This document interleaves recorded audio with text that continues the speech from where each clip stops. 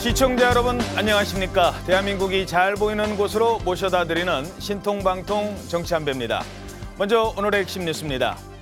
2030년 엑스포 개최지가 오늘 밤 투표로 결정됩니다. 대한민국 부산, 이탈리아 로마, 그리고 사우디아라비아 리야드가 최종 프리젠테이션을 하고 180여 개 국가의 투표로 결정이 됩니다. 그 결과는 내일 새벽에 나올 것으로 전망됩니다. 프랑스 파리에서 이채림 기자입니다. 투포를 던지고 제기를 차는 외국인들. 한복을 입고 사진도 남깁니다. 엑스포 개최지 투표를 하루 앞둔 파리 시내 곳곳에서는 부산의 매력을 알리는 행사가 열렸습니다. 부산 엑스포 개최에 염원을 담은 청사초롱입니다.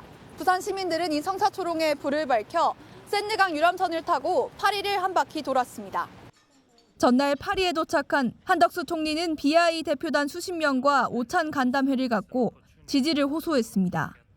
기조연설자로 함께한 반기문 전 유엔 사무총장은 한강의 기적을 설명하며 부산 엑스포를 시작으로 개도국들에 대한 지원 저변을 넓히겠다는 청사진을 설명했습니다. 부산이 마지막이 아니다. 스타팅 포인트. 부산이 앞으로 국제사회가 서로 지속 가능하게 모든 나라가 서로 잘 살고 있는 이런 거 스타팅 포인트. 세계 박람회기구 BI 총회에서는 각국이 20분씩 마지막 PT를 한 뒤 회원국 182개국이 투표를 진행하게 됩니다. 최후까지 하여튼 끝났습니다라는 종이 울릴 때까지 그렇게 우리 민간과 정부가 하여튼 최선을 다해서 노력을 하겠습니다. 역대 3개 이상의 후보국이 경합을 벌인 경우 1차 투표만으로 끝난 적은 없었습니다.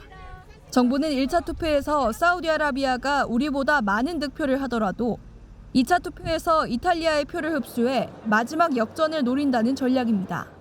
프랑스 파리에서 TV조선 이채림입니다. 네, 최근 이 민주당 강경파를 중심으로 현 정부를 향한 비난 수위가 도를 넘고 있는 것 같습니다. 그런데 요즘에 이 영화 보고 이 영화를 모티브로 삼고 한마디씩 하고 있답니다. 바로 이 영화입니다. 조금 전에 박 대통령 각하께서 서거하셨습니다. 기업법에 따라 합동수사본부장은 여기 계신 전두광 보안사령관이 맡을 예정입니다. 아지가 무슨 왕이야, 왕. 극하면 쿠데타야. 대한민국 육군은 다 같은 편입니다. 와, 그렇습니까? 너희가 지금 서울로 진입하면 그 즉시 전쟁이야. 실패하면 반역, 성공하면 혁명 아닙니까? 네, 영화 서울의 봄이라는 영화인데요. 신군부 세력이 벌인 12.12 쿠데타를 영화화한 작품입니다. 영화예요. 자, 그런데 조선일보 8면 기사 함께 보시죠. 또 영화 보고 흥분한 야권. 윤 대통령 총선 승리 땐 계엄령. 총선 승리하면 국민의힘이 총선에서 승리하면 계엄령이 발동될 것이다. 자, 민주당 인사들을 비롯한 야권에서 최근 현 정권을 군부 독재와 비교하는 발언을 쏟아내고 있습니다. 정청래 최고위원 군복 대신 검사의 옷을 입었다고 현 정부를 비판했습니다.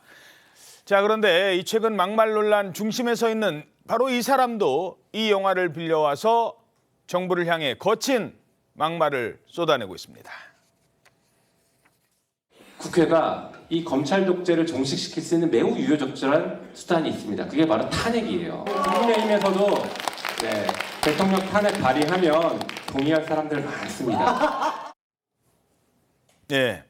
자, 민주당 강경파 김용민 의원입니다. 그동안 줄곧 윤석열 대통령을 비난해 왔는데요.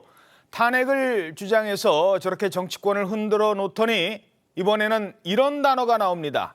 계엄. 계엄이요? 네, 민주당의 이 철험회 출신이죠. 김 의원은 자신의 페이스북에 윤석열 정권이 총선에서 조금만 유리한 결과가 나와도 계엄을 선포하고 독재를 강화하려 할 거다 이렇게 주장을 했습니다. 그러면서 민주당은 최소 단독 과반 확보 전략을 통해 윤석열 정권 심판과 계엄 저지선을 반드시 확보해야 한다 이렇게 강조했습니다. 또 윤석열 대통령에 대한 탄핵 소추안과 대통령 임기 단축을 포함한 헌법 개정안을 공동 발의하자고까지 이렇게 주장을 했는데요. 지금 김 의원의 이 같은 발언이 민주당 소속 정치인의 잇따른 설화에 이재명 대표가 공개적으로 자제를 당부를 했음에도 이런 말이 나온 만큼 논란이 일 것으로 보입니다. 자, 지금 이 정권은 검사의 옷을 입은 군부 독재 정권과 마찬가지다. 그래서 총선에서 승리하면 계엄을 할 것이다. 계엄이랍니다. 어떻게 보십니까? 그러니까 우리 그 시대착오적 사고, 시대착오라는 게 그렇습니다. 저게 서울의 봄이라는 게 1979년에 발생한 역사적 사건이고 저 영화는 논픽션이 아니고 픽션입니다. 그런데 그 44년 전에 발생한 일을 현재에 발생할 수 있는 일처럼 얘기하는 것은요. 한국의 민주화에 대한 아주 심한 모독입니다. 모독. 한국의 민주화는요. 전 세계적으로 이미 불가역적 민주화, 다 과거로 돌아갈 수 없을 정도의 민주화라는 정평이 나 있는 그러니까 민주주의 공고화 단계를 지나가고 있는 물론 이제 우리 민주주의에 여러 가지 문제점, 허점들이 있습니다. 그런데 이걸 그렇게 얘기하고요. 이 비상계엄이라는 게 우리 헌법에 보면요. 전시, 사변 또는 그에 준하는 국가 비상사태 때 대통령이 비상계엄령을 선포할 수 있는데 핵심은 뭐냐? 행정과 사법을 군이 접수하는 겁니다. 행정과 사법을 군이 접수하는 건데 지금 민주당 사람들은 입만 열면 과거의 군사 독재가 지금 검찰 독재로 바뀌었다는 거 아닙니까? 그러면 이 행정과 사법은 검찰이 접수합니까?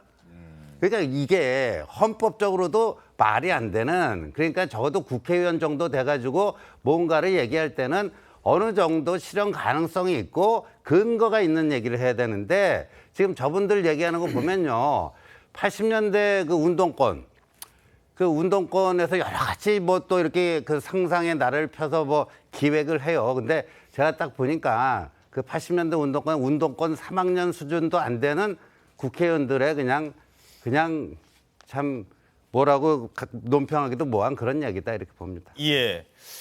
자, 특별히 논평하고 싶지도 않다 이런 말씀도 하셨는데 김용민 의원 전에는 이런 일도 있었습니다.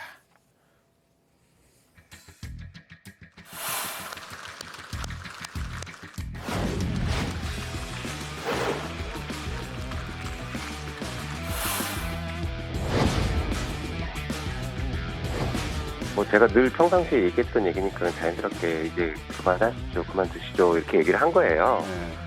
그래서 대통령이 그 얘기를 들은 것 같더라고요. 제가 그 얘기하니까 다시 한번 돌아보면서 저한테 반응을 했고 살짝 웃더라고요. 그냥 너무 이제 어이없다라는 표정인 것 같기도 했고. 자, 의회 연설 때 마스크 가리고 그만하시죠라고 했다고 저렇게 자랑하듯이 얘기를 했고 또 얼마 전에는 민영배 의원 출판 기념회 때 그 암컷이라는 문제 발언 나왔는데 옆에서 같이 웃어대고 자, 문제는 그런데도 반성 사과 전혀 없어요. 오히려 강도를 더 높여가고 있다는 겁니다.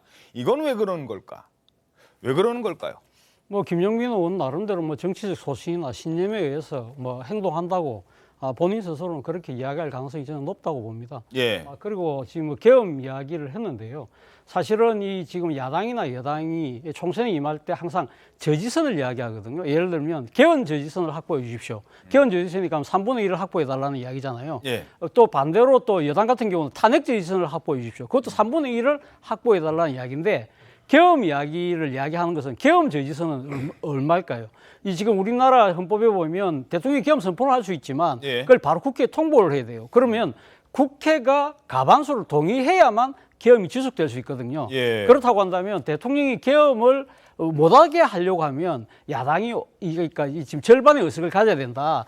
소위 말해서 계엄 저지선을 확보해달라. 그러면 지금 민주당의 과반 의석을 확보해달라는 그 이야기를 나름대로 이야기하고 있지 않나라고 보이는데 그럼에도 불구하고 저는 상당히 이 논리 자체가 너무 비약됐다. 말 그대로 정치적 경강부여라고 생각되는 이유가 앞서 말씀하셨지만 대한민국에서 이 계엄 상황이라는 비상계엄이 만약에 지금 그 특도 없이 만약에 대통령이 만약에 실시를 했을 때 예. 과연 국민들이 납득하고 공감할 수 있겠냐는 거죠. 만약에 그런 상황이 된다고 한다면 사실은 뭐 국회가 아니라 아마 국민들이 아마 들고 일어날 거예요. 예. 대한민국의 민주주의를 다시 후퇴시킬 수 없다. 그런 것들이 아마 저는 뭐 2016년도의 강화문 촛불 그 이상의 상황도 벌일 수 있다는 생각이 들고 또 한편으로는 집권 세력이 바보가 아니잖아요.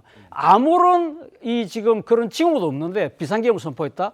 국가 경제에 미치는 영향이 얼마나 클까요? 이거는 지금 무역으로 먹고 사는 대한민국에 있어서는 스스로 이거는 일종의 자멸행위잖아요. 예. 그런 행위를 할 이유가 없다는 거죠. 그런데 결국 지금 김용민 의원은 지금 또 이런 주장을 하는 것이 결국은 윤석열 정권이 독재 정권이라는 부분을 이야기를 하는 건데 일종의 상대에 대한 악마 전략이거든요. 이런 부분들이 과연 이 중도 무당층뿐만 아니라 합리적인 지지층까지 등을 돌리게 할 가능성도 있다는 생각에서 저는 상당히 비판받아야 된다는 생각이 듭니다. 오히려 등을 돌릴 수도 있다. 자, 뭐 김용민 의원뿐만이 아닙니다. 민영배 의원 역시 막말 논란을 이어가고 있는데 야, 급기야 이런 말까지 했습니다. 발목도 아니에요. 발목대기를 이렇게 한답니다.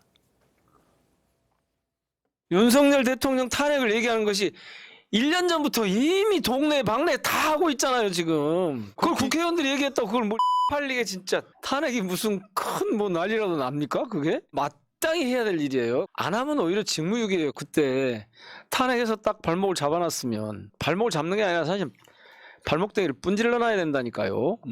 그런 나쁜 짓을 못하게 해야 돼요. 오, 발목이 아니라 발목대기를 어떻게 해야 된답니다. 마땅히 해야 된대요. 어떻게 들으셨습니까? 뭐 참 수준 낮죠. 그런데 민영배 의원 같은 경우는 옆에 있던 최강욱 전 의원이 암컷 발언으로 징계 당했음에도 불구하고 왜 계속 이런 막말을 쏟아내는 걸까? 결국 민영배나 김용민 의원 개인의 문제 이전에 민주당의 도덕적 기준과 자정작용이 완전히 무너졌다고 평가를 할 수밖에 없습니다. 이번에도 이재명 대표는 최고위에서 6개월의 징계에 의결하긴 했지만 이미 대법원에서 유죄 판결받은 최강욱 전 의원에게는 하나만한 징계였던 것이고요. 이재명 대표의 입장문에서 최강욱의 최자도 드러나지 않습니다.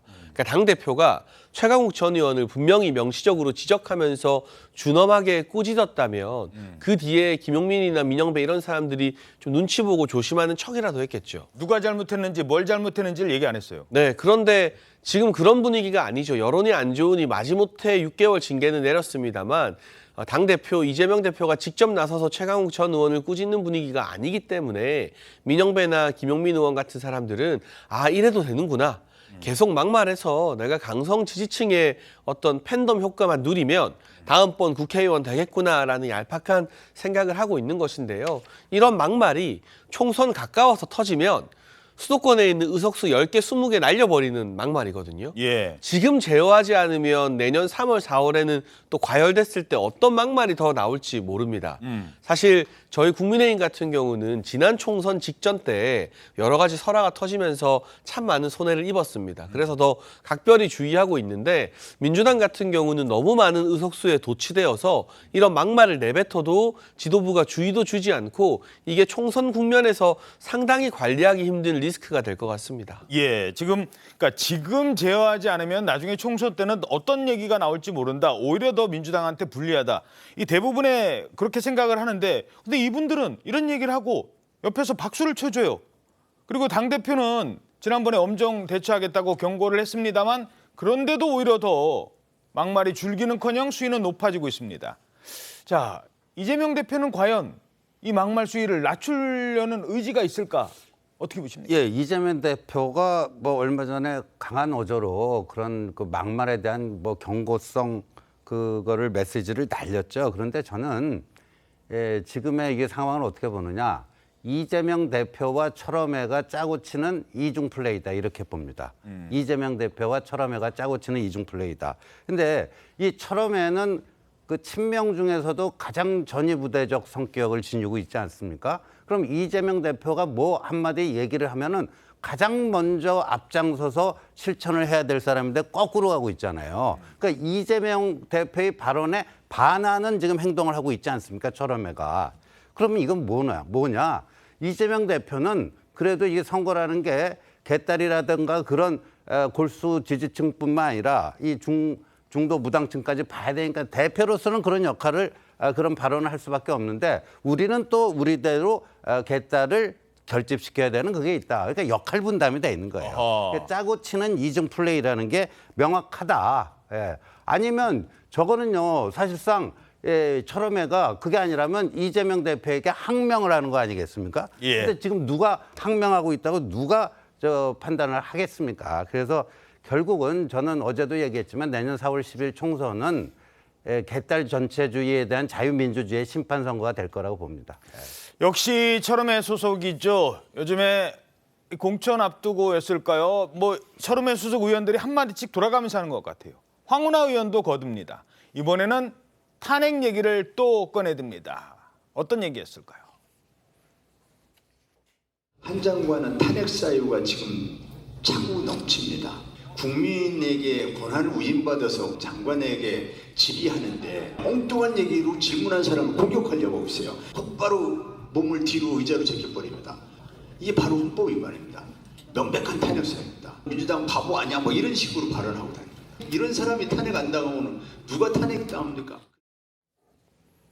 자, 탄핵 사유로 언급을 했던 게 바로 한동훈 장관의 최근 그 발언 때문이라는데 어떤 발언이었을까요? 다시 한번 한동훈 장관의 그 발언.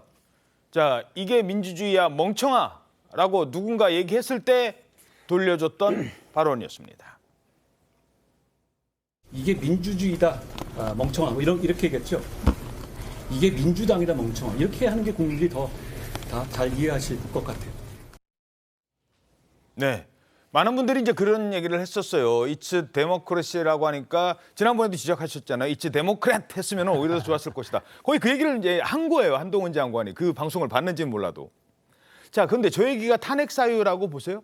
탄핵 사유가 아니죠. 과거 이제 노무현 전 대통령이 탄핵안 통과되고 헌재까지 갔을 때는 열린우리당이라고 하는 정당을 지지해달라고 명시적인 표현을 했습니다. 그런데 그럼에도 불구하고 탄핵을 할 만한 어떤 극단적인 이유가 없기 때문에 헌법재판소에서 탄핵이 기각되었거든요. 그런데 이번에 이 한동훈 장관의 발언을 보면 특정 정당을 지지하거나 특정 정당을 지지하지 말아달라는 명시적 표현이 없어요.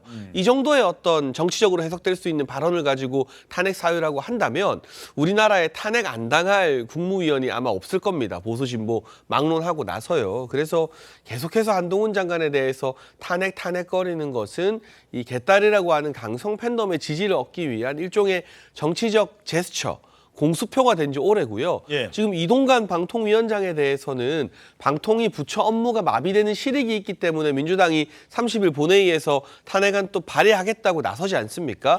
그런데 한동훈 장관에 대해서는 민주당 지도부가 탄핵 이야기는 하지만 실질적인 움직임으로 이어지진 않습니다.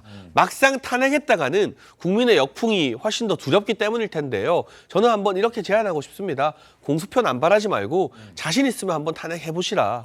민주당은 한동훈 장관이 가지고 있는 대중적 인기가 탄핵이 발의됐을 때 역풍으로 돌아오는 게 두렵기 때문에 말은 저렇게 해도 절대 한 장관 탄핵 못할 겁니다. 근데 탄핵이 만약에 발의되면 그날로 총선 나가는 건 힘들어지지 않나요? 아무것도 못하고 있을 때는 자체도 못하는데? 직무가 정지되고 사퇴가 불가능해져서 총선 못 나오게 되는데요. 한편으로는 그렇게 된다면 한동훈 장관 총선 나오는 게 두려워서 탄핵한 꼴이 되기 때문에 그게 총선에서도 그리고 어차피 기각될 거잖아요. 기각되고 복귀했을 때도 훨씬 더 한동훈 장관에게 큰 힘이 되겠죠. 예, 요거 하나만 짚고 가죠. 지난번에 이제 그렇게 차재원 교수님께서 지적을 하셨어요. 이게 민주주의야 멍청하지 말고 It's democracy가 아니라 It's democrat. 그 얘기를 하셨는데 한동훈 장관이 뭐 보고 따라야지는 않았겠습니다만 똑같이 얘기를 했거든요. 어떻게 평가하십니까? 뭐 한동훈 장관 입장에서는 상당히 그러니까 지금 그 야당의 그 자신에 대한 공격 자체가 상당히 무리수다는 부분을 아마 상당히 그렇게 강조를 한 측면에서 이야기를 했겠습니다만 뭐 저는 그런 생각을 해봅니다. 이 지금 사실 민주당 입장에서는 이 지금 탄핵 이야기를 너무 자주 하잖아요. 그러니까 탄핵하다 보니까 어떻게 보면 좀 우리가 동화 우화 속에 노는 늑대 소년 같은 그런 느낌이 있잖아요. 그렇기 때문에 상당히 민주당 입장에서 사실은 이 탄핵이라는 것은요.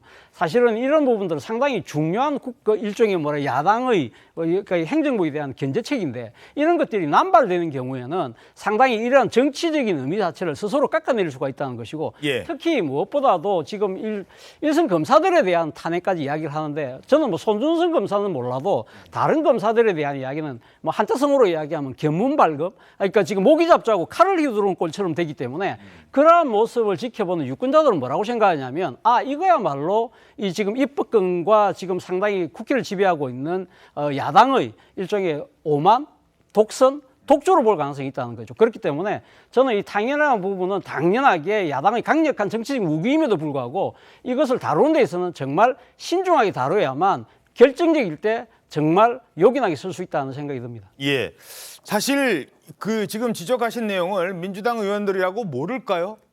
정말 몰라서 저런 얘기를 할까요? 그리고 그 얘기를 듣고 있는 같은 민주당 내 의원들은 왜 가만히 있을까요?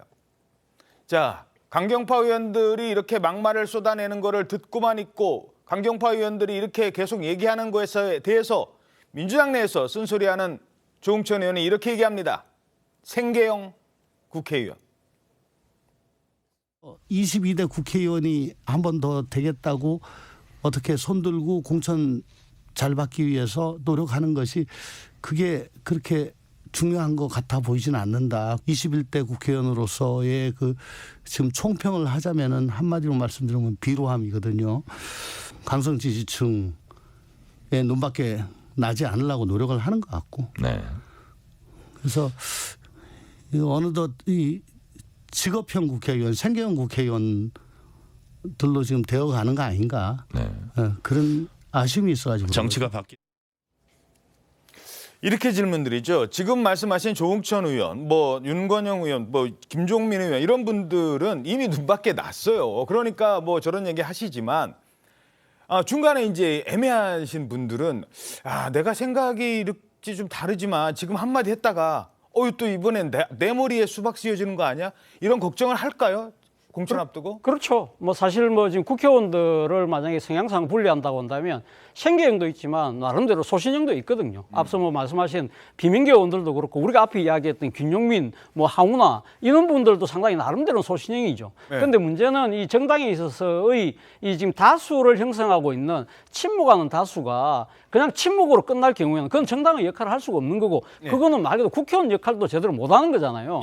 사실 뭐 우스갯소리로 항상 하는 이야기가 국회의원들의 최대 목표는 다음 선거의 당선이라고 이야기할 정도로 자신의 정치적인 생명을 연장하는데 급급한 것은 사실이거든요. 그러나 민주당이라는 정파는 나름대로 그래도 대한민국의 민주화를 이끌어왔던 일종의 말하기 진보적인 정파로서의 그런 나름대로의 소신과 정체성 이런 것들을 우리가 나름 높게 평가했던 거지 않습니까? 그런 측면에서 본다고 한다면 민주당 의원들 중에 사실은 지금 당내의 지금 잘못된 방향으로 가는 이런 그 소신파들에 대한 나름대로의 정치적인 견제를 해야 되는데 그걸 못하고 입 닫고 있는 것 자체는요. 본인의 정치적 생명은 연장할 줄 몰라도 결국은 본인들이 처음에 정치를 시작할 때 생각했던 대한민국의 민주화 그리고 더 나아가서는 국가 발전을 위해서는 결코 도움이 못 된다는 초심을 저는 새길 필요가 있다는 생각이 듭니다. 예.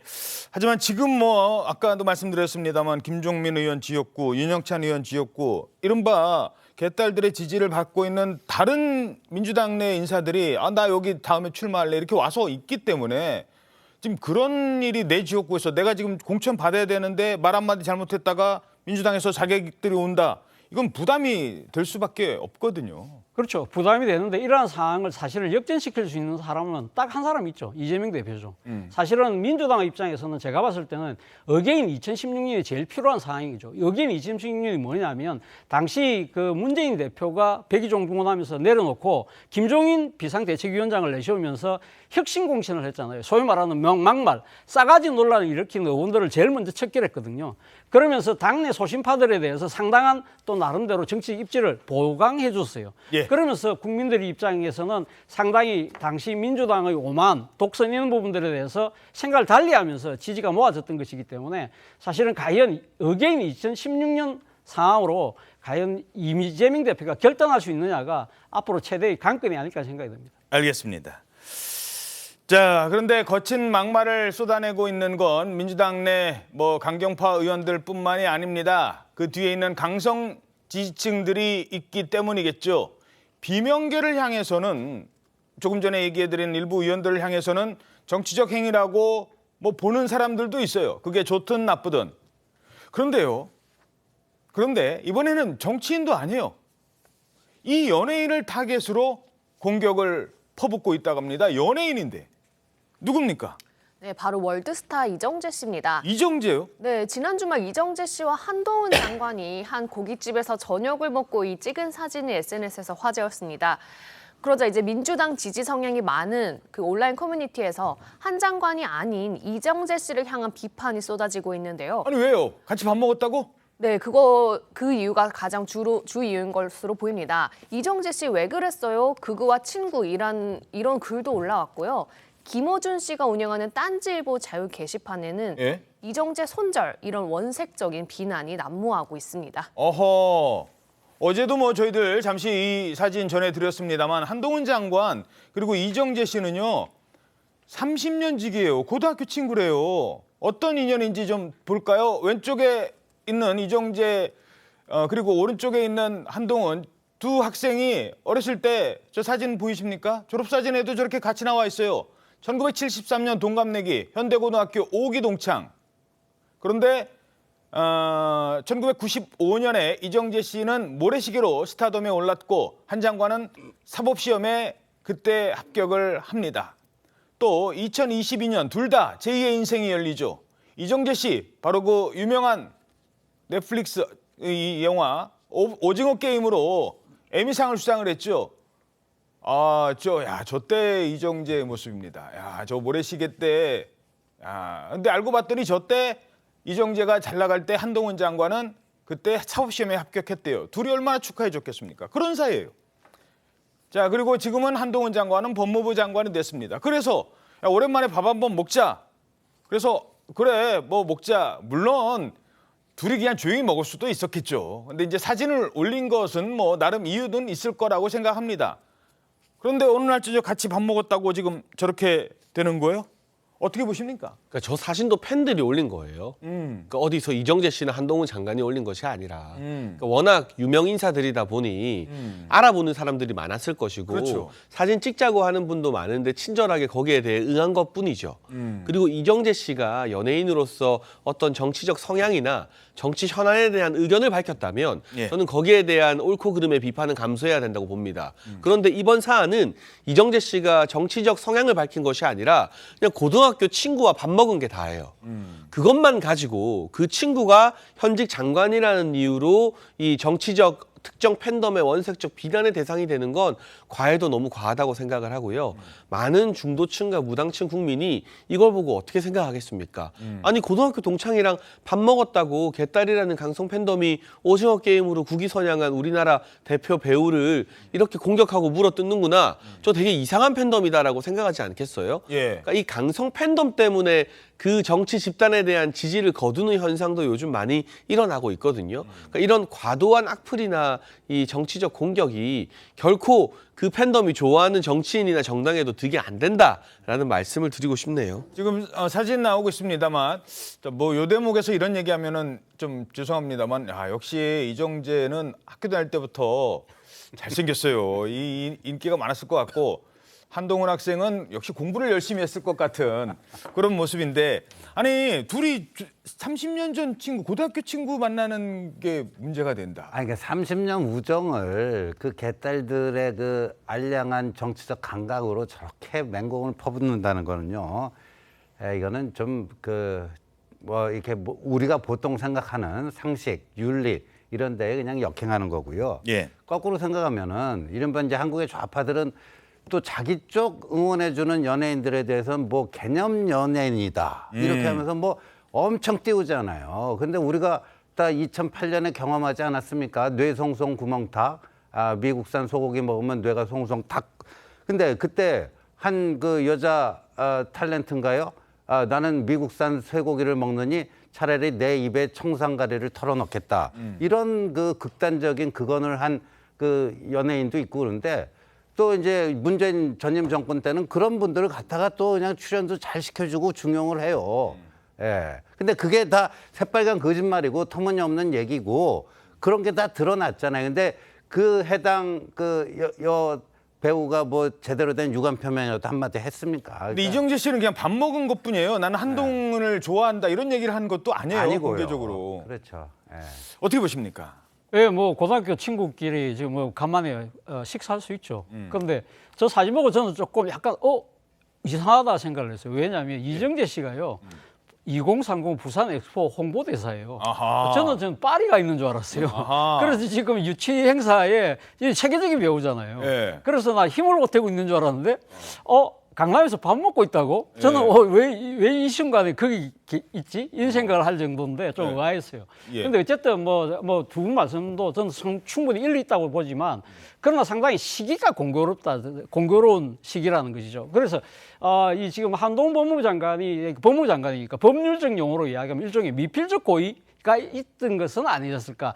고의로 해서 뭐 알리려고 하는 건 아니지만 우리가 또 모이는 것이 그러니까 만나는 모습이 자연스럽게 알려지면 서로에게 도움이 되지 않을까라는 생각으로 만났을 가능성도 있다는 것이죠. 특히 한동훈 장관이 지금 본격적인 그 정치판의 등판을 해서 몸을 풀고 있는 상황이잖아요. 그건 누가 봐도 다 아는 상황인데 이런 상황에서 세계적인 인기를 갖고 있는 친구하고 만나는 모습 자체가 정치적으로 도움이 되는 건 사실이잖아요. 그런 생각도 했을 가능성이 크다고 이야기하면 그게 뭐 대해서 한동훈 장관이 뭐라고 할까요? 예, 물론 뭐 여러 가지 이제 해석은 있을 수 있습니다. 사실 자유롭게 뭐 특히 어제 주식시장에 이 두 분 만난 거를 가지고 특정 회사의 주가가 막 요동을 치기도 했대요. 뭐 그런 걸 보면 관심이 많은 건 사실입니다. 근데 만났다는 이유로 나는 손절한다?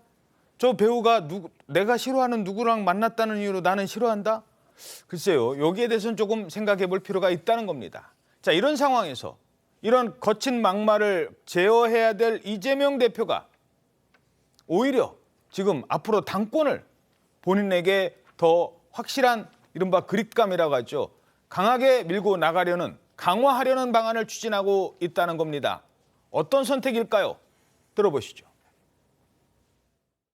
우리 더불어민주당의 이제 대의원과 권리당원의 1인 1표제에 대한 열망이 매우 큰 건 사실인데 그 방향으로 가야 하긴 하겠지만 단번에 넘어서기는 어려운 벽이어서 한 걸음씩 이렇게 점진적으로 바꿔나간다는 점들을 좀 이해하고 좀 용인해 주시면 좋겠습니다. 비명계 의원님들 반발이 좀 예상이 되는데 의견이 있는 건 당연하고 충분한 협의 논의를 거쳐서 그 의견들 모아 나가도록 하겠습니다. 이번 총회에서 뭐 논의하지 않고 먼저 이렇게 의결하시는 거에 대해서 좀 비판 목소리도 있는데. 자, 이제 비명계, 뭐 비명계는 비명계라 불러달라고 부르지 말고 뭐 혁신 이렇게 불러달라고 합니다만 어찌됐든 비명계, 친명계가 있다면 지금까지는 비명계가 우리 나가야 되나?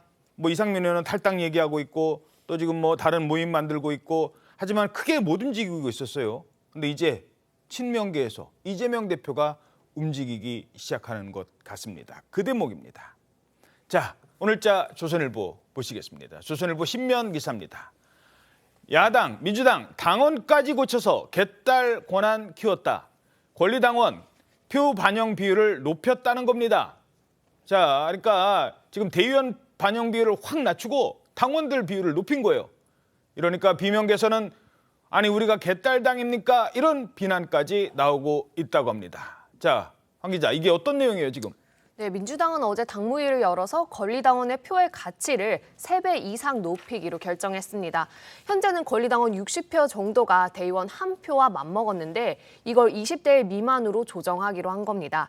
권리당원의 표 가치가 3배 이상 높아지는 것이고 3배 이상? 네, 그렇습니다. 권한도 커지는 건데 이렇게 대의원 권한을 축소시키고 권리당원 권한을 확대시키는 건 친명계와 강성 지지층이 줄곧 요구해온 사안입니다. 예. 이렇다 보니 비명계는 즉각 반발했는데요. 이재명계가 내년 전당대회에서도 당권을 잡기 위한 사전 포석이라는 분석 속에 이재명 사당화의 완성이다.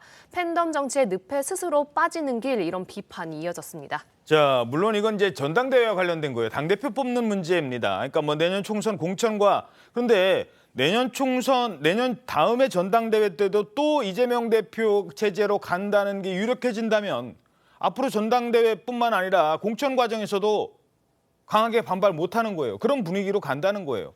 근데 왜 하필 지금이냐? 이런 얘기가 나오고 있는데 대의원제 개정을 지금 꺼내던 이유는 뭐로 파악되고 있어요? 어떻게 지금 얘기가 나오고 있는 겁니까? 당내에서. 네, 지금 당내에서도 시기 논란이 계속 일어나고 있습니다. 전당대회는 이 대표 임기가 끝나는 내년 8월에야 열리는데 지금 투표 비율을 이렇게 조정하는 의도가 뭐냐는 겁니다. 이에 대해 공천이 목전에 있어 지도부의 반대 목소리를 내기 어려운 상황에서 당내 이견이 컸던 이 대의원제를 밀어붙였다 이런 지적도 나오고 있고요. 아하. 또 개딸 눈치가 보여서 누구도 그동안 반대하지 못하고 있다는 점을 노렸다는 얘기도 있습니다. 한 비명계 의원은요, 개딸들이 좋아하는 지금 최광욱 전 의원을 징계하면서 이런 대의원제를 바꾸면서 개딸 달래기에 나선 측면이 있다 이렇게 말하기도 했습니다. 예, 자 그렇다면 비명계 의원들 얘기 직접 들어보시죠. 조홍천 의원 그리고 김종민 의원입니다. 최근에 뭐 여러 가지 뭐 징계 문제라든가 그런 것 때문에 그 개딸들이 조금 화가 좀 났는데 그 좀 달래는 걸로 이렇게 이런 걸 하는 건지 모르겠습니다만은 내년 8월인가요? 그때니까 그때 가서 얘기하자. 일단은 잠복한 이슈로 알았는데 대표께서 뭐 밀린 숙제 좀 해야 되겠다고 이 이슈를 금요일 날 아마 꺼냈던 것 같아요. 밀린 숙제. 전당대회 룰 변경은 사실상 대의원제 폐지하겠다는 겁니다. 유튜브의 일부 목소리 그리고 뭐 당 팬덤 이런 거를 가지고 의사결정을 하겠다는 당내 민주주의를 포기하는 선언이다. 자, 이 얘기는 뭐 시청자 입장에서 조금 어려울 수도 있습니다. 왜냐하면은 뭐 당내의 권력 다툼이고 뭐 전당대회를 어떻게 뽑고 이런 내용이기 때문에 조금 쉽게 지금 이 포석을 어떻게 해석을 해야 될까요? 그러니까 뭐 우리가 보통 대선이나 총선이나 이런 큰 선거에서 그 선거를 이끄는 그 장수가요. 만약에 선거에서 패배하게 되면 보통 물러나는 게 이제까지 한국 정치의 상도였지 않습니까? 그런데 이재명 대표는 내년에 설령 민주당이 총선에서 패배하더라도 당권 장악은 계속해 나가겠다. 그런 의지의 표현이라고 봅니다. 예. 어떤 포석일지는 앞으로 진행되는 내용 살펴보도록 하겠습니다. 자, 지금부터는 역시 또 다른 갈등으로 야 이거 처음에는 박수치고 막 그랬는데 뭐 박수칠 때 막 움직여야 되는데 계속 박수치고 있는데 안 움직여요. 박수가 조금 힘이 빠질 수도 있다는 국민의힘 소식 짚어보겠습니다. 자, 중진들이 과연 총선에서 험지 출마, 불출마에 나설 것인가 이런 게 주목되고 있잖아요. 움직이는 사람 별로 없습니다. 뭐 원희룡 장관 정도?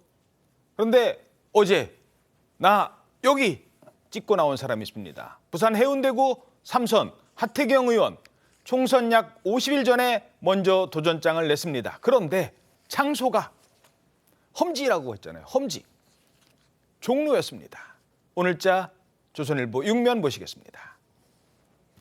험지 간다던 하태경, 서울 종로 출마. 자, 하태경 의원이 서울 종로를 선언하면서 일단 본인 얘기부터 들어보죠. 어떤 이유가 종로로 가는 이유였습니까?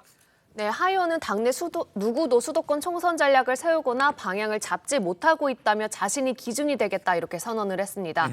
그러면서 수도권 총선 승리의 제1 조건이 바로 종로 사수라면서 종로에서 힘차게 깃발을 들고 우리 당 수도권 승리의 견인차가 되겠다 이렇게 포부를 밝혔습니다. 예. 하 의원 측 인사는요. 종로보다 더 밭이 좋은 지역구도 제안을 받았지만 정치 1번지라는 상징성이 있는 곳에서 국민의힘을 수도권 정당으로 만들겠다는 뜻을 실현하려 종로에 출마를 결심했다 이렇게 밝히기도 했습니다. 어허. 물론 당 일각에선 비윤계인 하 의원이 부산에서 공천받는 게 어렵다고 판단해 차선을 선택한 게 아니냐 이런 부정적인 시각도 없지 않습니다. 예. 하지만 영남권 증진 의원 가운데서 처음으로 수도권 출마 구상을 구체화했다는 점에서 정치권은 주목하는 모습입니다. 예, 하태경 의원 본인 얘기는 난 더 좋은 지역구도 추천받았는데 뭐 강남 얘기하는 걸까요? 그런데 안 가고 그래도 좀 어려운 데 가야지라고 했던 곳이 종로. 자, 근데 바로 종로는 어제 신 의원님께서 종로는 한동훈 같은 사람이 나와서 이재명 와라. 그래서 안 오면 안 와도 땡큐고 오면 와서 이기면 된다. 뭐 이런 얘기 하셨는데 거기에 이제 종로구에 출마를 했어요. 그래서 하태경 의원이 어떤 의도를 갖고 했을까 하는 건데 이제 한동훈 장관 제가 어제 말씀드린 그 시나리오는 한동훈 장관의 결심, 그다음에 당의 뭐 요청, 그야말로 전략적인 승부수로석을 던지는 거 아닙니까? 예. 그 성사 여부는 좀 더 두고 봐야 됩니다. 그런데 일단 이 하태경 의원의 어제 그 종로 그 도전 이거를 조금 긍정적인 측면에서 보면요. 이 종로 중구 이제 중구하고 이제 합쳐질 텐데요. 선거구 조정을 통해서 이 종로 중구 선거구에 대한 대중적 관심을 고조시키는 데는 일조하고 있다. 대중적 관심을 고조시키는 데는 일조하고 있고, 근데 현역 의원인 최재형 의원이 있고 지금 3선 하태경 의원 거기다 이제 한동훈 장관까지 하게 되면 뭐 내부 3파전 이런 얘기가 나오는데. 자, 말씀드리기 죄송합니다. 저희들이 준비한 그래픽이 있거든요. 자, 시청자 여러분들도 함께 보시죠. 종로에 누가 될지 현재까지 이곳에 거론되는 사람만 최재형, 하태경 그리고 한동훈인 거예요. 네. 그래서 만약에 한동훈 장관이 이 종로 중구에 도전하게 되면요. 최재형 의원, 하태경 의원 두 분은 아마 내부 경합 경쟁 이런 코스보다는 조정, 교통정리 뭐 이런 걸로 전 갈 거라고 봅니다. 아 근데 하태경 의원이 끝까지 경선해야죠. 막 이렇게 할 수도 있는 거 아니에요? 경선하자. 근데 제가 하태경 의원하고 최근에 좀 대화를 하지 않았습니까? 하태경 의원이 뭐 그렇게까지는 생각 안 하고 있는 것 같습니다. 아마 그렇습니까? 예, 뭐 한동훈 장관이 여기에 투입이 된다면 본인도 뭐 어떤 그 교통정리의 시나리오로 가지 않을까 보여집니다. 예.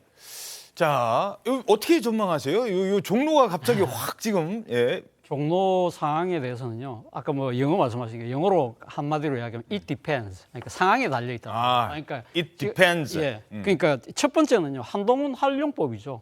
말씀하신 것처럼 한동훈 장관이 만약에 지역구에 투입될 경우에 아마 서울이지 않겠습니까? 그렇다고 하면 어느 지역에 그 보내는 것이 가장 합리적이고 효과적일 것인가를 아마 국민의힘 입장에서 전체 선거 전략 구도 속에서 놓고 판단할 것인데 아마 한동훈 장관이 첫 번째 변수가 될 것 같고요. 두 번째는 종로에 출마할 상대가 누구냐는 거죠. 예를 들면 이재명 민주당 대표가 나온다고 할 경우에 하태경 의원을 붙이기는 조금 뭐하지 않겠습니까? 뭐 그런 그 두 가지 상황이 있는 것이고, 그러나 어쨌든 간에 저는 하태경 의원이 종로에 출마할 가능성은 거의 없다고 봅니다. 그래요? 예, 이거 사실 어떻게 보면 하태경 의원이 부산이라는 그 안방을 안방을 포기하고 왔잖아요. 이걸 갖다가 약간 6.25 때 6탄 유공사의 그런 그 사례를 비교하면 후방에 있던 병사가 즉 상대 진지에 있는 아주 강한 지금 공격을 퍼붓고 있는 진지에 내가 혼자 수류탄 들고 와서 깨부수러 갈게요 하고 자체해서 갔는데 그 상대 진지를 가는 게 아니라 우리 편 진지 토치카에 가서 우리 편 보고 비껴라 내가 여기서 싸울게 하는 거하고 똑같은 거잖아요. 이게 그만큼 상당히 좀 뜬금없는 모습으로 비친다는 것이죠. 그런 경우는 제가 봤을 때 하태경 의원은 좀 더 아마 당 전체 차원에서 아마 좀 이 하태경 의원급에 해당되는 그 민주당 쪽 의원하고 붙일 가능성이 높지 않을까 하는 생각이 듭니다. 자, 그래요. 이 출마 선언 어제 저희들이 사실 이 속보로 전해드렸거든요. 아침 오전 시간대 아마 제가 최고위원이시니까 최고위 회의 때도 이 얘기 아마 들으셨을 지 않나요? 최고위 끝나고 알려진 내용인가요? 어땠습니까? 일단 제가 어제 최고위는 감기 때문에 못 가가지고.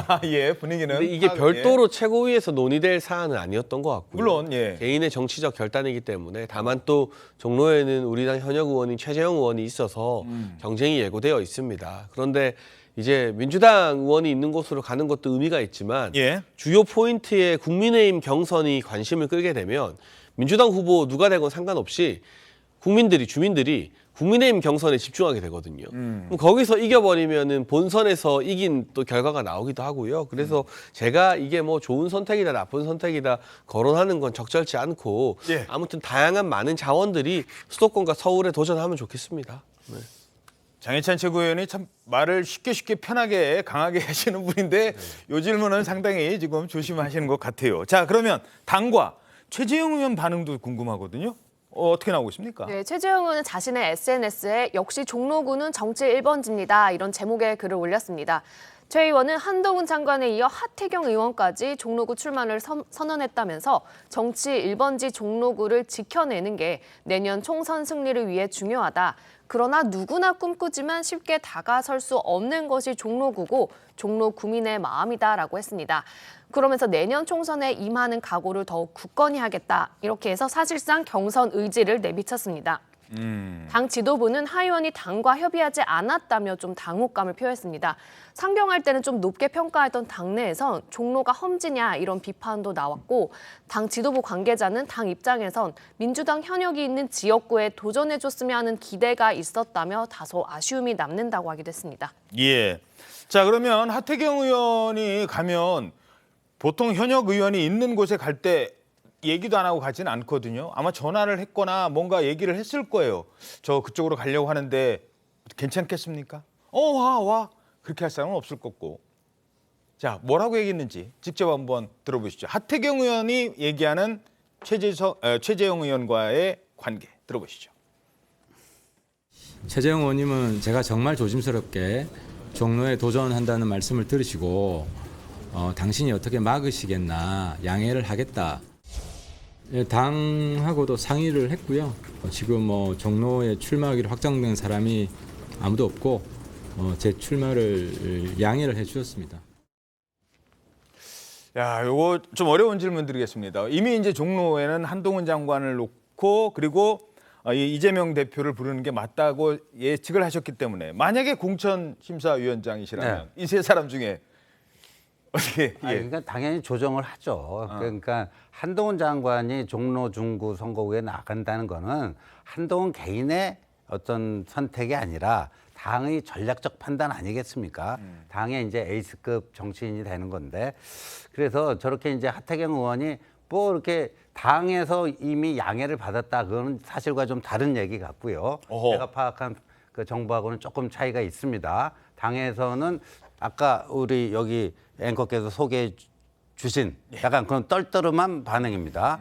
떨떠름한 반응인데 근데 이제 하태경 의원은 아마도 한동훈 장관이 투입되게 되면요.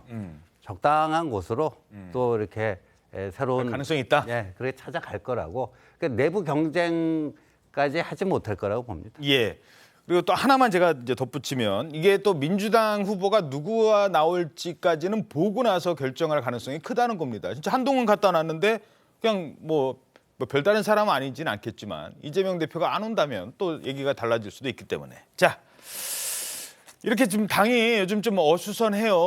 혁신위 얘기는 해도 혁신위 얘기 지금 따르는 사람 없죠. 그리고 어디는 누구 나간다고 했는데 거기 말고 뭐 좀 다른 데 안 돼? 뭐 이런 분위기거든요. 그런데 국민의힘 최고위, 아까 이제 최고위원회의 안 들어가셨다고 했습니다만 최고위원 자리가 지금 바뀌었대요. 어떻게 바뀌었냐? 이렇게요. 자, 그동안 김기현 대표 옆자리에는 저렇게 김병민 최고위원이 앉아 있었습니다. 40대 김병민 최고위원. 저게 원래 순서가 있답니다. 득표 순이래요.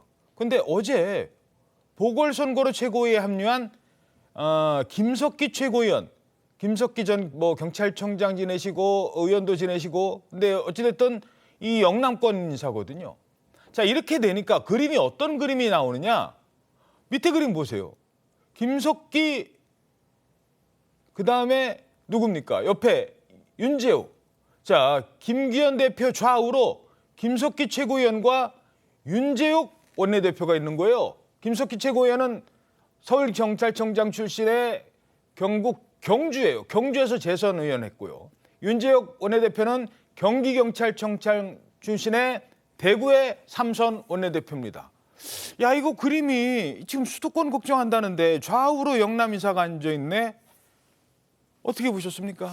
예, 그렇습니다. 그러니까 사실은 회의 사진도 어떻게 보면 정치적 메시지를 담고 있잖아요. 그렇기 때문에 각 정당에서 지도부 회의할 때 그 백드롭이라고 하죠. 배경화면을 상당히 홍보 문구도 열심히 맨날 바꾸고 할 정도로 상당히 신경을 쓴다는 것이죠. 그것이 국민에게 던지는 메시지가 상당히 크다는 것인데 말씀하신 것처럼 어제 자리 배치 자체가 시사하는 바가 크다는 거죠. 말 그대로 지금 김기현 대표는 울산 출신이잖아요. 소위 말해 PK고. 그 양쪽 다 지금 한 분은 대구고 한 분은 또 경북이에요. 그러니까 지금 소위 말해서 PK와 TK 조합 지도부처럼 말 그대로 영남당처럼 비친다는 거죠. 이건 부분은 이뇨한 혁신위원장이 이야기하는 영남 스타들의 수도권 지금 현지 출마 이런 혁신의 기류하고도 반대된다, 역행된다는 측면이 들고 또 하나는 김석기 의원도 60대예요. 김기현 대표도 60대예요. 그리고 또 오른쪽에 있는 윤재욱 대표도 60대예요.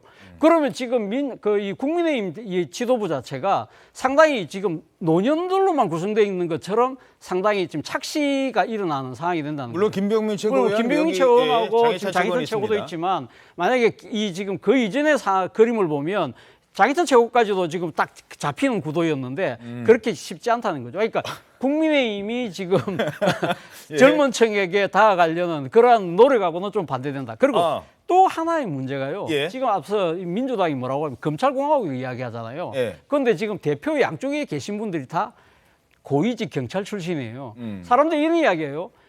검경 합동수사본부는 들어봤어도 검경 합동정치, 합동지도부는 처음 본다는 이야기를 할 정도로 상당히 이러한 이 검경 출신들, 특히 경찰 출신들이 당을 장악하고 있는 모습이 결코 국민의힘의 그 총선 전략에는 도움이 안 될 거라는 거죠. 자, 장혜찬 최고위원님, 어제 그 감기 때문에 출석 못했는데 다음 최고위 때 가면은 자리 또 혹시 바뀌어 있는 거 아니에요? 그렇죠. 이제 한 분 늘어났으니까 저는 또 하나 옆으로 가는 건데. 그러면 이제 카메라에 안 잡힐 수도 있으시겠네. 네, 그렇죠. 광각 카메라에는 잡히겠죠. 예. 근데 이게 순서라는 게 있어서 이번에 김석기 의원 같은 경우는 지난번 전당대회에서 수석을 했던 김재원 전 최고 자리를 메우는 것이기 때문에 그게 자동 승계가 된다고 해요. 또 우리 젊은 최고위원 중에 김가람 최고는 태영호 의원 자리를 메우는 보궐로 들어왔으니까 태영호 의원 순서에 또 앉는 것이거든요. 그러니까 이게 당원 당규로 보면 특별히 이상한 건 아니고 순서대로 앉는 겁니다. 다만 뭐 차재현 교수님 지적해 주신 것처럼 정무적인 걸 고려했다면 이왕이면 김기현 대표 옆에 좀 젊은 사람들이 있는 게 김기현 대표나 당 이미지에도 도움이 되겠죠. 그러니까 장희찬 최고위원 카메라에 풀샷 아니면 안 잡히면 좀 어떻게 보세요? 40대 의원을 직접 얘기하시긴 좀 어려울 수도 있죠. 근데 저는 뭐 구석에 있으나 뭐 하나 상관은 없는데 예. 당 전체 이미지를 보면 이게 전당대회 당원 당규 룰상으로는 맞아요. 이상한 건 아닙니다만 그 당 정체 이미지를 보면 정무적인 판단이야 얼마든지 지도부에서 할 수 있으니까 예. 뭐 김병민 최고나 이런 분들이 더 많이 나오는 게 당 이미지에 도움이 된다고 봅니다. 문제는 이 선택의 최종 결정권자는 김기현 대표였습니다. 김기현 대표. 김기현 대표가 이거 내 옆에 양쪽에 다 TK의 경찰 출신 좀 그렇잖아요. 이렇게 얘기했으면 되는데 그 얘기를 안 하고 그냥 밀어붙였다는 겁니다. 왜 그랬을까? 그거예요. 혹시 혁신위와의 대립각을 이런 식으로 보여주는 건 아닐까? 윤 대통령과 친하다. 지난번에 뭐 윤 대통령 친하다는 얘기 하지 마세요 하고 인류한 혁신위한테 얘기했었잖아요. 근데 본인은 3시간씩 통화한다고 했잖아요. 그러니까 기자들이 질문했겠죠. 이거 어떻게 되는 겁니까? 말을 아꼈습니다. 들어보시죠. 저는 대통령하고 자주 만납니다. 직접 만나서 어떤 때는 만나면 뭐 한 3시간씩도 얘기하고요. 그냥 뭐 주제를 가지고서 막 이렇게 하는 게 아니고 그냥 프리토킹을 합니다. 홍준표 시장이 SNS에 누구는 윤심 팔고 누구는 팔면 안 되냐 이런 식으로 대표님에 대해서 말씀하셨는데요. 저거에 대해서 한마디 하시죠. 그래서 윤 대통령과 통화 자주 한다 말씀해 주셨는데 어떤 의미인지 계속 좀 나와주시죠. 이번에 울산 지역구 가시는 게 출마를 의미한다라는 그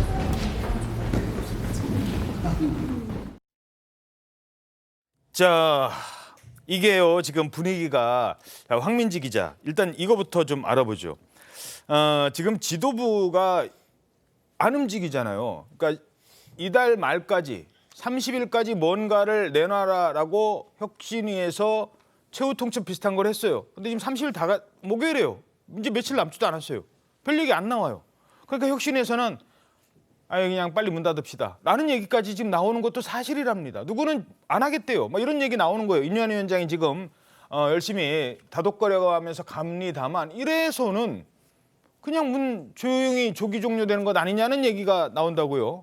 네, 그렇습니다. 여권 핵심 관계자에 따르면요. 혁신위에서 나올 수 있는 안은 대부분 나온 걸로 보인다. 이제 이걸로 정리를 해서 마무리하는 수순이다라고 말을 했습니다. 말씀하신 대로 오는 30일, 그러니까 목요일 회의에서 중진과 친윤 핵심 인사들을 겨냥한 희생 권고안을 의결한 뒤에 당 지도부에 공식 혁신안으로 제안하면서 활동을 마무리할 거란 관측이 나옵니다. 오호. 일부 혁신위원들도 조기 종료 필요성에 공감을 하고 있는 상황인 것으로 전해졌습니다. 예. 한혁신 의원은 동력이 떨어진 상황에서 목요일 마지막 회의로 끝내야 한다 이렇게 말하기도 했고 실제 인류한 혁신위원장은 지난 17일 김기현 대표와의 만남 때 조기 종료 가능성을 전달한 것으로 전해졌습니다. 자, 30일 회의가 마지막 회의고 그때 그냥 마지막으로 친윤 핵심 인사들을 겨냥한 그리고 당 중진들을 겨냥한 권고안 내고 하든지 말든지 알아서 하세요 하고 끝날 수도 있다는 겁니다. 야, 요거 자, 저 뭐 좀 어려운 말 또 오늘 많이 나오네요. 태산명동 서일필. 아, 태산이 막 흔들리고 뭔가 움직일 것 같더니 겨우 쥐 한 마리. 이런 우려 있거든요. 어떻게 보십니까? 저는 저런 시각에 동의하지 않습니다. 왜냐하면은 애초 이제 이 총선 시기에 혁신위가 발족됐을 때 혁신위가 어떤 역할을 하고 어떤 식으로 유종의 미를 거둬야 되는가 여기에 대한 조금 정치판의 생리를 잘 모르는 사람들은 저런 얘기를 할 수가 있어요. 그런데 뭐냐면은 혁신위는요, 혁신 어젠다를 발굴해서 그거를 던지는 겁니다. 자기 손으로 누군가를 밀어내고 피를 흘리게 만들고 끝장내는 게 혁신위가 아닙니다. 그거 예. 어디서 하죠? 공관위에서 합니다. 공관이다. 네, 공천관리위원회다. 혁신위의 그 바톤을 이어받은 공관위에서 그 4년마다 여의도 앞에 그 한강바다는 참 이렇게 공천에서 탈락한 사람들의 그 한이설인 예. 뭐가 있는데 눈물이 나는 장소인데. 그렇죠. 예, 그래서 그 혁신위가 이거를 뭐 자기들 그 뭐 활동 기간 내에 다 끝장을 봐야 된다. 그렇게 생각했다면 그건 좀 정치적으로 좀 미숙한 판단이에요. 너무 성급한 거다? 네, 미숙한 판단이에요. 얘기 나오자마자 며칠 안에 나올 수는 없다. 그렇죠. 그러니까 혁신위가 지금 1호안부터 5호안까지 의결하고 던져놓은 거 아닙니까? 네. 그 던져놓은 것들이 그러면 혁신위의 바톤을 이어받는 뭐 공관이라든가 이런 데서 얼마만큼 그게 현실화되느냐, 실현되느냐 그런 것들을 다 나중에 약간의 여유를 갖고 다 지켜본 후에 이게 과연 태산명동 서일필인지 혁신위가 던진 그 어젠다가 상당 부분 관철된 것인지 그때 판단할 수 있는 것이지 예. 이 혁신이 짧은 이 기간 내에 뭐 다 한다 그건 좀 저는 착각이라고 봅니다. 예. 뭐 요거 하나만 좀 더 설명드리죠. 자, 뭐 지금 논란이 되고 있는 장제원 의원 부산에서 10년 이상 정치했습니다. 뭐 권성동 의원 강릉에서 10년 이상 정치했어요. 김기현 대표 울산에서 10년 이상, 주호영 의원 대구에서 10년 이상 다 그 지역에서 중간에 떨어지는 적도 있고 정말 정치를 오래 했습니다. 그런데 며칠 만에 인유한 위원장 얘기했다는 이유로 며칠 만에 네, 저 그만두겠습니다. 이게 현실적으로는 불가능하기 때문에 좀 기다려달라라는 게 핵심 포인트인 것 같습니다. 어찌됐든 움직일 거다. 자, 차재현 교수님한테 예. 어떻게 전망하십니까? 글쎄요, 지금 앞서 우리가 민주당에 생계형 정치인들이 많다고 이야기를 했는데 국민의힘도 여전한 것 같아요. 그러니까 지금 상당히 당이 절박하잖아요. 사실 내년 총선에서 만약에 이 다수 일당이 되지 못할 경우에는 상당히 윤석열 정부가 국정을 수행하는데 상당히 힘든 상황이거든요. 그렇다고 한다면 당과 국가를 생각을 한다고 한다면 이 안방에 속하는 지역구에 계신 중진들의 좀 뭐랄까요, 가감한 이 좀 혁신의 여지, 나름대로 도전의 여지가 보여야 된다. 그런 부분들이 보이지 않기 때문에 지금 인유한 혁신위의 주장들이 여론의 지지를 받고 있는 것이거든요. 그런 걸 잘 감안을 해서 행동을 해야 되지 않을까 하는 생각이 듭니다. 청년 정치인 얘기도 들어보죠. 지금 말씀해 주신 것처럼 정치인이 결단을 할 때 누구한테 밀려서 억지로 결단하는 모습 보여주기 원하는 정치인은 아무도 없습니다. 자발적인 결단, 명예로운 헌신을 원하기 때문에요. 저는 인유한 위원장이 이런 흐름을 만들고 분위기를 띄운 것은 아주 잘했다고 생각을 합니다만 꼭 그게 이번 주여야 되느냐, 다음 주여야 되느냐라기보다는 이 흐름과 이 분위기에 따라서 좀 명예롭고 자발적인 헌신과 결단을 할 수 있는 공간이 주어진다면 연말부터 본격적인 총선 분위기가 무르익을 때 많이들 기대하시는 헌신과 결단들이 나오지 않을까 예상해 봅니다. 예, 알겠습니다. 자, 그런가 하면 이 북한 움직임도 하나 짚어보죠. 북한이요, 9.19 군사합의 파기를 선언하자 기다렸다는 듯이 결국은 이런 행동을 합니다. 마치 기다린 것처럼. 조선일보 일면입니다.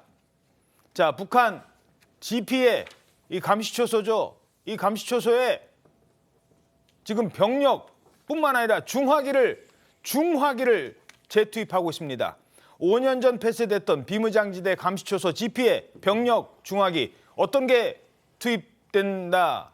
야, 뭐 지금 뭐 저런 파괴력을 갖고 있는 걸 갖다 쏴댄다는 거예요. 아, 쏴댄다는 건 아니겠죠. 쏘겠다고 그냥 갖다 배치를 하겠다는 겁니다. 9.19 군사합의 파기하겠다고 선언한 직후에 이런 게 포착이 됐어요. 자, 저희들 어떤 게 있는지 조금 살펴보죠. 이 초소 옆에다가 지금 갖다 놓는 게 어떤 장비냐? 무반동총, 그리고 고사총, 저런 것들이라고 합니다. 무반동총, 82mm 무반동총은 북한이 우리 군을 위협할 때 쓰는 가장 대표적인 총입니다. 특히 북한이 다시 들여놓는 것으로 수상되는 저 지금 무반동총입니다. 자, 그리고 일단 무반동총 볼까요?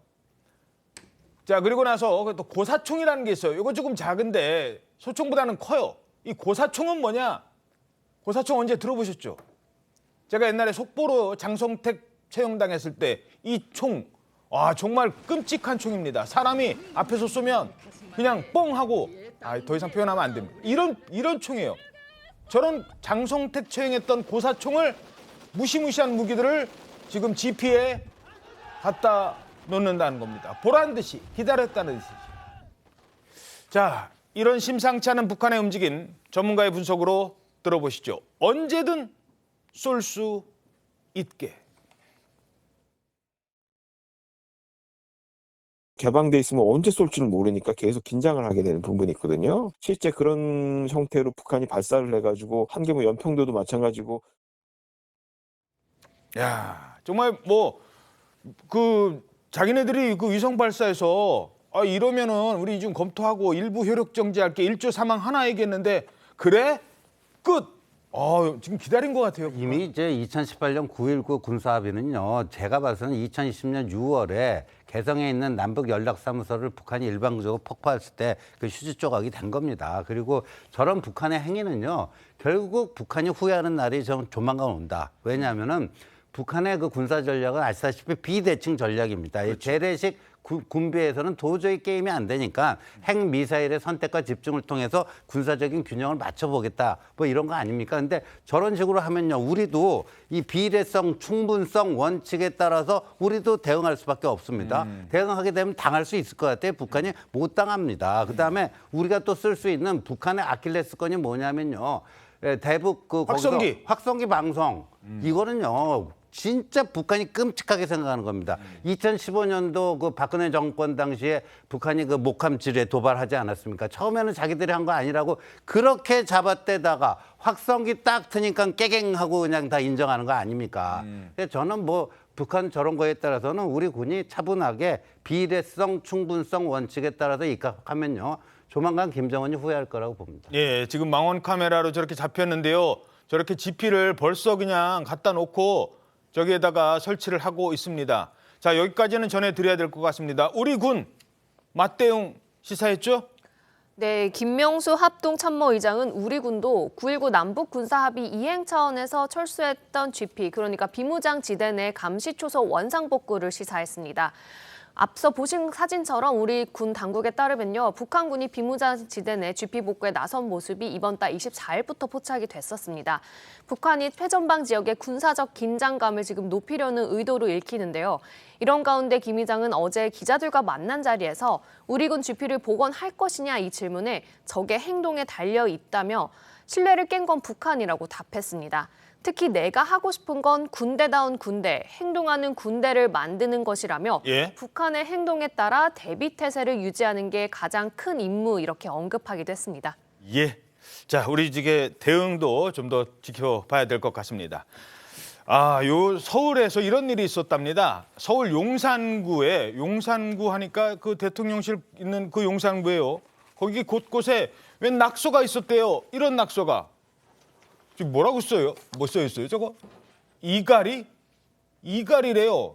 이가리가 뭡니까? 잠잘 때 이를 드륵드륵 간다. 그게 이가리잖아요. 한 군데가 아니네. 지금 여기저기 다 막 써 있는 거예요. 건물 외벽은 물론 전봇대에도 써 있고 도로 바닥에다도 저렇게 이가리. 대체 저게 무슨 말이야, 이가리라니. 야, 갈가리도 아니고 이가리. 자, 여기저기 막 저렇게 써 갈겼다고 합니다. 뭐 그렇게 표현하죠. 써 갈겼어요. 막 낙서니까. 근데 이 남성 누구였느냐? 평소에 일단 미국인이었어요. 미국인. 평소에 이갈이를 심하게 한다는 미국인이었습니다. 참 이 사람 얘기 들어보시죠. 전종원 기자입니다. 서울 이태원의 한 상가 건물. 꼭대기층 한쪽 외벽에 커다랗게 이갈이라고 쓰여 있고 다른 한쪽에는 이갈이를 뜻하는 영어까지 적혀 있습니다. 어느 날 출근했는데 그게 딱 그려져 있어가지고 대기스러웠어요. 이런 낙서가 발견된 곳은 용산구 일대 전봇대와 쓰레기통, 주택 대문 등 155곳. 주민들의 신고를 접수한 경찰은 CCTV 추적 끝에 지난달 25일 30대 미국인 A씨를 붙잡았습니다. 남성은 주로 인적이 드문 밤에 이렇게 상가들이 모인 골목에 바닥에까지 이갈이라는 낙서를 남겼습니다. 막연하게 뭐 좀 썸짓하기도 하지만 보기도 안 좋고 흉물스럽지. A씨는 경찰 조사에서 이갈이가 심각한 질병이라는 것을 알리기 위한 일종의 행위예술이었다고 진술한 것으로 전해졌습니다. 경찰은 A씨를 출국 정지하고 구체적인 낙서 경위와 여죄를 추궁하고 있습니다. TV조선 전정원입니다. 자, 불법 촬영 혐의 받고 있는 국가대표 축구 선수 황의조. 그런데 그동안 이런 얘기 때문에 논란이 됐었죠. 바로 이거를 암시하는 내용이었습니다.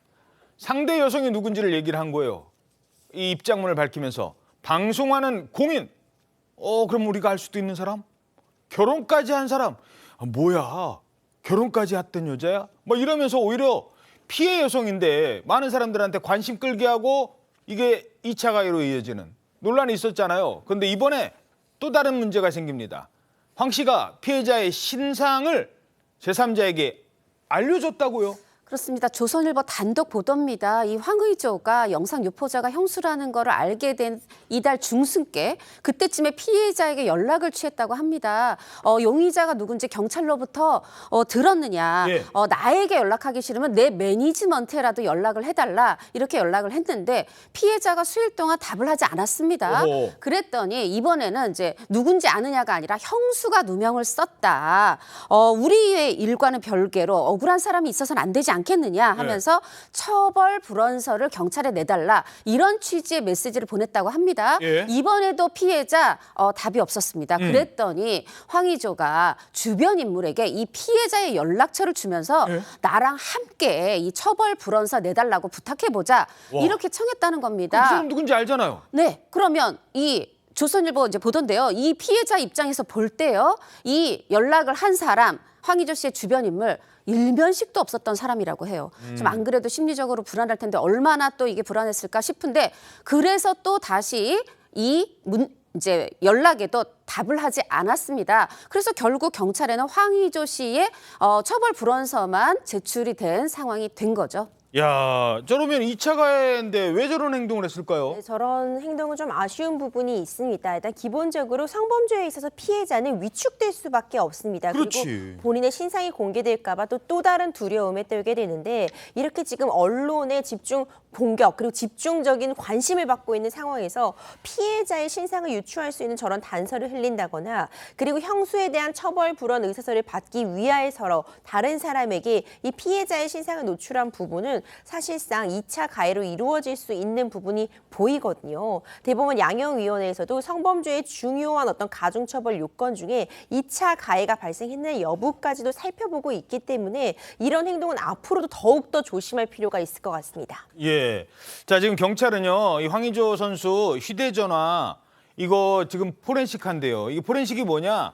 그냥 지우면 다 지워지는 게 아니에요. 여기서는 지워지지만 남아있을 수 있다는 거예요. 그럼 그걸 열면 피해자가 더 있을 수도 있다. 이렇게 가능성이 있는 거예요? 지금으로서는 여러 가지 가능성을 염두에 두고 추가적인 입증에 주력하고 있다. 이렇게 평가하는 것이 맞지 않을까 싶은데요. 예. 실제 지금 언론 보도를 보면은 황의조 선수가 지금까지 써왔던 휴대폰 4대 플러스 노트북 1대 여기에 디지털 포렌식을 통해서 추가적인 피해가 지금 있는지 여부를 지금 확인하고 있다라고 하는데요. 사실 이 부분은 양날의 칼이 될 수가 있을 것 같습니다. 추가적인 어떤 피해자가 나올 경우에는 황의조 선수에 대한 어떤 혐의가 더 강화되는 반면에 다른 증거가 내지는 없다라고 할 경우에는 오히려 황의조 선수의 어떤 그 지금 무죄 주장에 힘을 얻을 가능성도 있는데요. 또 한 가지 측면 같은 경우에는 증거인멸의 여부, 물론 본인 죄에 관해서 어떤 증거를 삭제한다고 해서 형사 처벌을 되진 않습니다만 그것이 본인의 어떤 무죄라고 하면서도 삭제한다는 것은 어떻게 보면 본인의 주장의 신빙성을 떨어뜨린 것 아니겠습니까? 그렇기 때문에 유무죄, 추가적인 입증 내지는 오히려 무죄가 될 수 있는 그런 부분도 있기 때문에 황의조 선수도 이와 같은 것을 압수수색이 아니고 적극적으로 지금 내면서 이미 제출을 한 다음에 수사에 적극적으로 응하겠다라고 하기 때문에 지금으로서는 열린 가능성을 두고 지금 앞으로의 어떤 추가적인 피해자의 여부나 어떤 입증 여부를 좀 더 지켜봐야 되는 상황인 것 같습니다. 적극적으로 수사에 응하겠다. 근데 황의조 지금 영국에 있잖아요. 네, 그렇습니다. 지금 영국에서 이제 소속팀에서 활동을 하고 있는 상황입니다. 지난 국가대표 경기가 끝나고 또 바로 한국에 들리지 않고 영국으로 떠났거든요. 지난 18일 이미 피의자 신분으로 경찰 조사를 받은 상황인데요. 이 경찰 수사 결과 따라 특히 이 휴대폰과 노트북의 포렌식 분석 결과에 따라 경찰에서는 필요하다면 당연히 소환할 것이다. 조사를 하라고 말할 것이다. 이렇게 밝히고 있기 때문에요. 수사 결과에 따라서 소환 조사는 가능할 것으로 보이고 황의조 선수 본인도 이런 상황에서 적극적으로 자신의 어떤 억울함을 밝히기 위해서라도 수사에 임할 것으로 보입니다. 예. 자, 다음은요. 자칭 타칭 소통 전문가. 야, 저도 이분 그 강의 들으면 시간 가는 줄 몰라요. 그렇게 유쾌하게 풀어주는 스타 강사. 바로 김창옥 씨 관련 소식입니다. 이 김창옥 씨가 일단 요 에피소드부터 얘기해 드릴까요? 고등학교 1학년인 아들이 있대요. 근데 이 아들이 참 학교에서 물론 그럴 수 있어요. 뭐 14점 받을 수 있어요. 100점 만점에 14점. 100점 만점에 14점. 요때 이런 감정이 들었다고 합니다. 5일 된 아들이 14점 받았어요. 학원도 다니고 있어요. 근데 밖에 나와서 좀 잘 살아가는 애들을 보면 1번은 무조건 공부도 잘했던 애예요. 근데 2번이 누구냐면 공부는 못했던 애예요. 최악은 공부만 잘했던 애인 것 같아요. 공부는 진짜 세상에 여러 가지 걸로 측정하는 것 가운데 한 1000가지 중에 한 가지. 진심으로 제 말 믿으셔도 돼요. 네. 그러니까 공부 잘하는 아들이 다가 아니죠. 다 어떻게 될지 모르는 거예요. 이런 얘기 하는 겁니다. 요거 근데 김창옥 씨 아들 얘기는 아니랍니다. 다른 분 얘기인데 어찌됐든 강의 중에 저런 얘기를 했는데 근데 강의 중에 이번엔 진짜 본인의 얘기를 했어요. 근데 어떤 얘기했느냐? 정말 깜짝 놀랄 고백을 했습니다. 제가 자꾸 뭐를 잃어버리게 됐어요. 처음에는 숫자를 잃어버려요. 전화번호도 잃어버리고 집이 몇 호인지 잃어버리고 갔는데 약간 치매 증상이 있다고 MRI하고 펫을 찍자고 했어요. 알츠하이머가 저한테 있을지 모르겠다는 거예요. 그래서 여러분이 다음에 어디서 저를 만나도 몰라요. 근데 특이한 행동을 하면 알 수 있어요. 뭐 덤블링을 하면서 온다든지. 아니 지금 저 나이에 알츠하이머요? 네, 의심이긴 하고 12월에 다시 한번 검사를 한다고는 하는데 이렇게 심각할 수밖에 없는 상황에서도 지금 보셨죠. 특유의 유머. 사실 저도 이 김창옥 씨의 토크 콘서트를 가본 적이 있는데 본인이 사실 우울증을 앓았었는데 청보리밭에 가서 그 보리밭을 많이 걷다 보니까 이렇게 조금 극복을 했다. 이렇게 원래 솔직한 분이에요. 그래서 이번에도 이 알츠하이머 아직 결과가 완전히 나온 게 아닌데 이렇게 또 솔직하게 본인의 어떤 상황에 대해서 고백을 한 겁니다. 이렇게 얘기를 해요. 내가 그럼 내 나이에 왜 이렇게 됐을까 생각했더니 스트레스 같다. 그럼 스트레스가 어디서 오나 봤더니 어머님에 대한 죄책감 같다. 그 어머니에 대한 죄책감은 어렸을 때 이 아버님이 어머니에 대해서 폭력을 행사하시는 걸 보았는데 그걸 내가 구원해주지 못했다. 온갖 핑계를 대면서 어떻게든 서울로 올라왔다. 그런데 내가 좋은 집에 살고 좋은 옷 입고 점점 부자가 될수록 어머니에 대한 죄책감이 커졌다. 요게 나의 죄책감이 스트레스가 원인이 돼서 이렇게 알츠하이머로 지금 가고 있는 게 아닌가 의심이 된다면서 아직 결과가 나오지 않았는데도 일단 어떤 그동안 기업이라든가 대학도 일반인들을 향한 토크 콘서트 해왔는데 이거 좀 못하겠다. 다만 그래도 유튜브로 2달에 한 번은 찾아뵙겠다. 이렇게 얘기를 하고 있는데 정말 저도 결과가 좀 아니길 바라는 마음입니다. 어렸을 때의 가족의 문제, 아버지의 폭력에 시달리던 엄마. 이거 정말 오래 가겠죠. 근데 이제 그런 것 때문에 알츠하이머? 아니, 보통 저도요, 뭐 휴대전화 어디다 놨는지 모르고 우리 최 변호사님 이름 가끔 생각이 안 나서 막 방송할 때 뭐였지 막 계속 고민할 때도 있어요. 근데 그 수준은 넘은 것 같다는 거잖아요. 그렇습니다. 저도 사실 그 유튜브를 보면서 마음의 위안을 참 많이 얻었던 그런 그 놀라운 강사였는데 본인 스스로 이런 고백을 한다는 것이 정말 충격적인 것 같습니다. 오늘 한 그 일간지 기사에 댓글이 1000개 이상 달린 걸 보면서 아마 저뿐만 아니고 그 평소 때 강의를 들었던 많은 분들이 김 강사에 대해서 좀 응원을 하는 것 같은데 오늘 댓글을 보니까 오늘 뉴스 중에 가장 충격적인 뉴스다. 얼른 회복하세요 하면서 응원하는 댓글이 줄줄이 달리는 걸 보면서 정말 정치권에 대해서는 정말 서로 물거뜯지만 이렇게 보통 사람들 입장에서는 서로 위로하고 회복되기를 기도하는 그런 모습을 보면서 가슴이 훈훈해졌는데요. 예. 저도 개인적으로 이 검사 결과 정말 완벽하고 또 쾌유되는 그런 모습으로 해서 다시 컴백하는 말 그대로 김창훈 리부트의 모습을 보고 싶습니다. 사실 김창욱 교수는 이미 한번 컴백을 했었어요. 저 강의할 때 저 표정이나 사람의 마음을 확 빨아들이는 저 화법 저런 것들 때문에 인기가 있다가 한동안 뭐 코로나도 있었고 그러면서 모든 분들이 강의하시는 분들이 정말 어려움을 많이 겪고 개인적으로도 아픔이 있어서 여러 가지 지금 겨우 이제 다시 이제 살아나서 스타덤에 올랐는데 이미 올랐습니다만 갑자기 또 몸이 안 좋으시다네요. 쾌유를 기원하겠습니다. 자, 오늘 밤 아마 12시 넘기면 대한민국 부산이 전 세계에 울려 퍼지면 좋겠습니다. 부산이냐 사우디냐.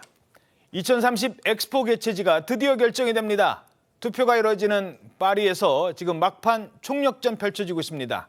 자, 발표 당일인 만큼 지금 현지 열기 아주 뜨겁다고요? 그렇습니다. 27일, 현지 시간 27일 이 프랑스 이 파리에서 부산의 어떤 그 유치를 응원하는 이게 응원 문구가 달린 버스들, 대형 버스들이 프랑스 시내 곳곳을 누볐다고 해요. 누비고 있고.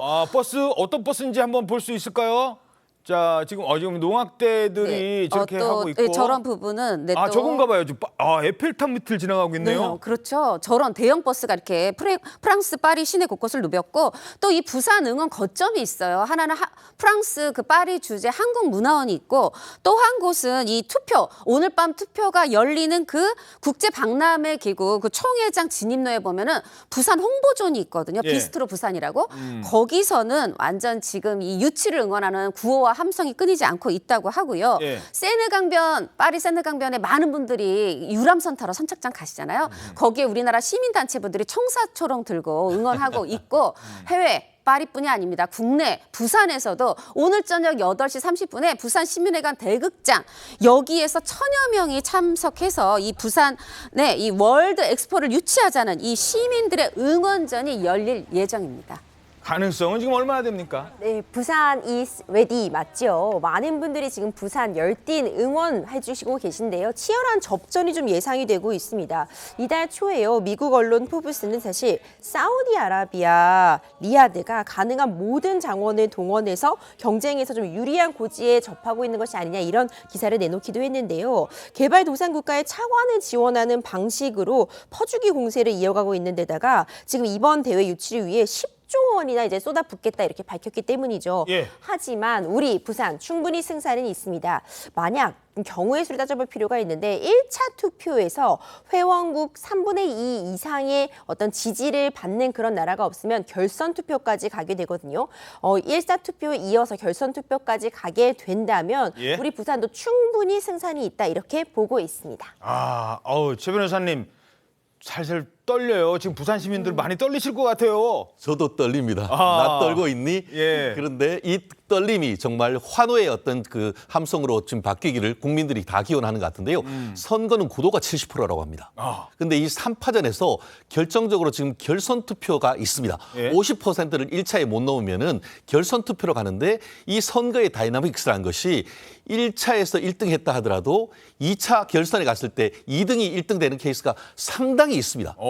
실질적으로는 지금 현재 같은 경우에도 2강 1약 이런 구도 속에서 만약에 2약이라 평가되는 이태리가 한국으로 결선 투표에 몰표가 있다라고 한다고 하면은 충분히 가능성이 있거든요. 그렇기 때문에 아마 오늘 우리 그 국민들 12시가 넘어 지금 불야성이 될 것 같은데 정말 한날 한시에 마치 88년도 이 대한민국 서울에 이 우리 그 사마란치의 세울 했던 것처럼 부산 이런 함성이 대한민국에 정말 그 어떻게 보면 메아리치기를 아마 온 마음으로 여야 구분할 것 없이 기원하고 있는 것 같습니다. 예, 부산이 파리에서 울려 퍼지기를.